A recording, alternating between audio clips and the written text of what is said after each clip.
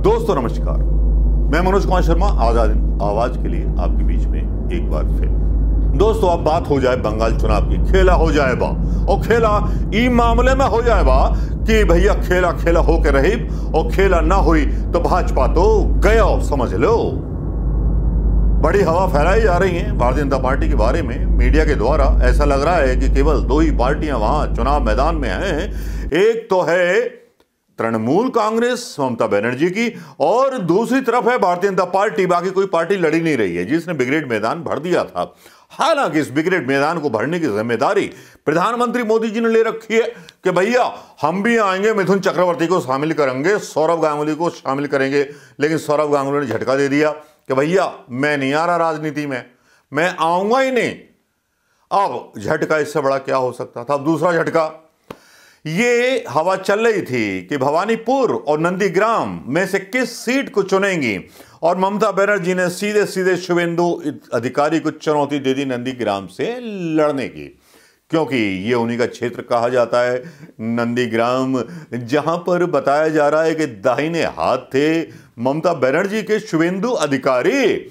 भैया शुभेंदु बाबा, जब आप फंसे हुए थे स्कैम में तब भारतीय जनता पार्टी ने आपके वीडियो बड़े वायरल किए थे। इतना करप्शन करने के बाद कैसे जी लेते हो, रातों को नींद कैसे आ जाती है आपको। लेकिन शायद नींद नहीं आती होगी, इसीलिए तो ममता दीदी का डर रहता है। लेकिन वहां साक्षी जोशी रिपोर्टिंग कर रहे हैं, लेकिन साक्षी जोशी जमीन पर रिपोर्टिंग कर रही हैं। हम यहां बैठे हुए अपने कमरे में हरा पर्दा लगा करके अपनी स्क्रीन बदल करके आपके सामने अपने विचार प्रस्तुत कर रहे हैं। बहुत सारे आर्टिकल्स पढ़ने के बाद बंगाल के बारे में जो आर्टिकल और जो हवा हमारे पास आ रही है, वो हवा ये बता रही है कि ममता बनर्जी ने चैलेंज कबूल किया और नंदीग्राम में अपना पर्चा दाखिल किया। आज सुबह मैंने एक ट्वीट देखा था, उस ट्वीट में लिखा हुआ था, एक पत्रकार ने किया था गोदी मीडिया के, कि बड़ी मुश्किल हो जाएगी अगर नंदीग्राम से ममता बनर्जी ने पर्चा दाखिल कर दिया तो वाकई में बड़ी मुश्किल हो जाएगी कि शुभेंदु अधिकारी लड़ेंगे कि नहीं लड़ेंगे। ये अस्तित्व की बात है भारतीय जनता पार्टी के लिए, वरना मनोबल डाउन हो जाएगा पूरी भारतीय जनता पार्टी का और पूरी भारतीय जनता पार्टी की हवा फिस। बाबा जी का घंटा। बंगाल चुनाव में हमारे योगी साहब की बड़ी मजाक उड़ाई गई। वो बोल रहे थे यहाँ पे बड़ा अपराध है, ये है वो है, तो लोगों ने सोशल मीडिया पर उन्हें ट्रोल कर दिया। बोले अपने यूपी के अपराध तो रोक लो, रोजाना 3-4 बलात्कार हो जाते हैं, 6-7 हत्याएं हो जाती हैं, सब कुछ हो जाता है। योगी जी आप रोक नहीं पाते। तो भारतीय जनता पार्टी हर मोर्चे पर बेहाल बेनूर बे नजर आती है। बस मैं ये कहना चाहूंगा कि जिस तरह से अगर मोदी जी और अमित शाह दोनों मिलकर के डाल चल रहे हैं तो ममता दी पात चल रही है। लेकिन कांग्रेस की भी तैयारी कम नहीं है। जहां कांग्रेस को कम करने की कोशिश की जा रही है, यहां कांग्रेस भी अपने फुल मूड में है, फुल स्विंग में है, क्योंकि यहां एक तरफ दिखाया जा रहा है मुकाबला भारतीय जनता पार्टी और तृणमूल कांग्रेस के बीच, लेकिन असली मुकाबला जो है तृणमूल कांग्रेस और कम्युनिस्ट पार्टी के बीच है। क्योंकि हिंदू मुस्लिम जैसी या राम मंदिर जैसी और श्री राम जैसी नारों की वहां पर कोई जगह नहीं है, क्योंकि वहां पढ़े लिखे लोग हैं, अनपढ़ लोग नहीं हैं उत्तर प्रदेश की तरह, या उन लोगों की तरह जिन्हें रोजगार नहीं चाहिए, बस जय श्री राम और मंदिर चाहिए। तो भैया जिनको मंदिर चाहिए वो मंदिर में नौकरी करें, और जिनको बंगाल चाहिए, बंगाल में इतनी योजनाओं के बारे में खुलासा होता है।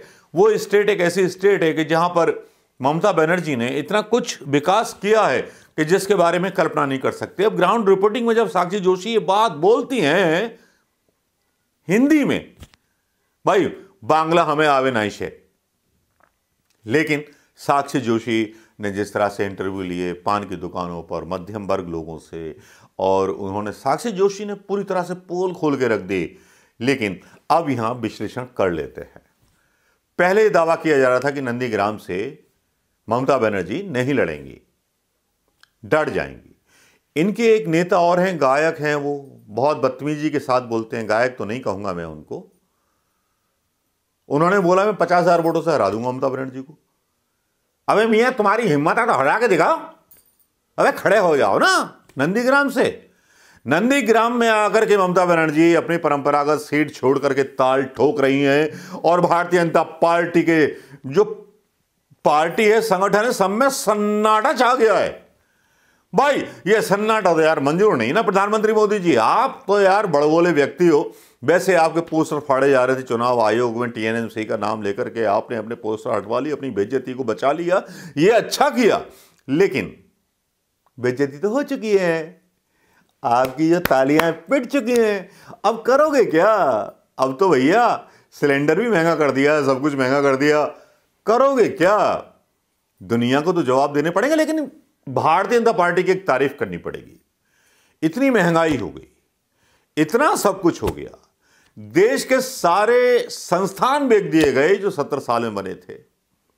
लेकिन यार अमित शाह साहब, मोदी साहब, आपके कॉन्फिडेंस को बार बार सलाम।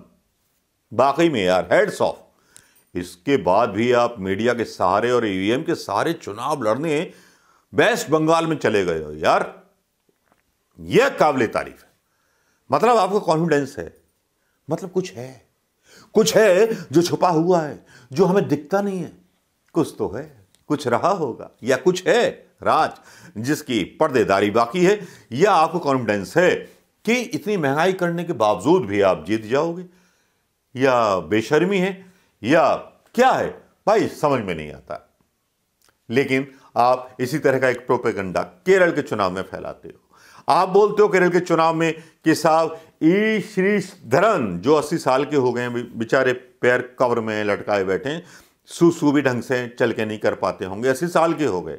आप अपनी पार्टी से 70 या 75 साल से ऊपर के व्यक्ति को रिटायर कर देते हो, आडवाणी जी को रिटायर हट कर देते हो, ठीक है।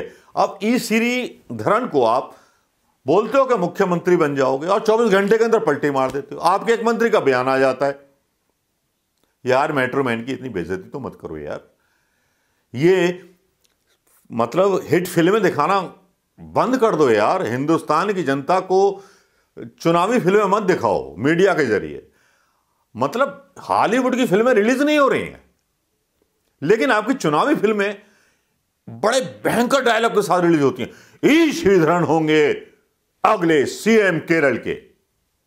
भाई माफ करो, जनता बेवकूफ नहीं है केरल की, जनता पढ़ी लिखी है, उसको पता है कि वैक्सीन कैसे लगाया गया, कहाँ का लगाया गया, क्यों लगाया गया। भले ही आपने छुपा लिया हो, लेकिन आपके वैक्सीन लगाने के बाद ही लोगों ने वैक्सीन लगवाया। तो दोस्तों अब बंगाल में ममता बनर्जी ने तो चुनौती स्वीकार कर ली। अब वो जो करप्ट लीडर है भाजपा का, जो टीएमसी छोड़ करके आया, जिन दलाल और भ्रष्ट लोगों का टिकट काटा ममता दीदी ने, उनको लेकर के चौड़ी हुई फिर रही है भारतीय जनता पार्टी। अंधाधुंध पैसे मतलब बहा रही है भैया, इतने पैसे बहा रही है कि भैया यूपी में इतने पैसे बहा दिए बंगाल में कि अगर यूपी के एक एक आदमी को पैसे बांट दिया तो 5-5 लाख रुपए खाते में आ जाएंगे हर यूपी की फैमिली में। लेकिन यहां चुनाव लड़ना जरूरी है और जीतना भी जरूरी है। भारतीय जनता पार्टी सत्ता के लिए बनी है, देश के लिए नहीं बनी। ये बात समझ लीजिए और जान लीजिए दोस्तों। नमस्कार, जय हिंद।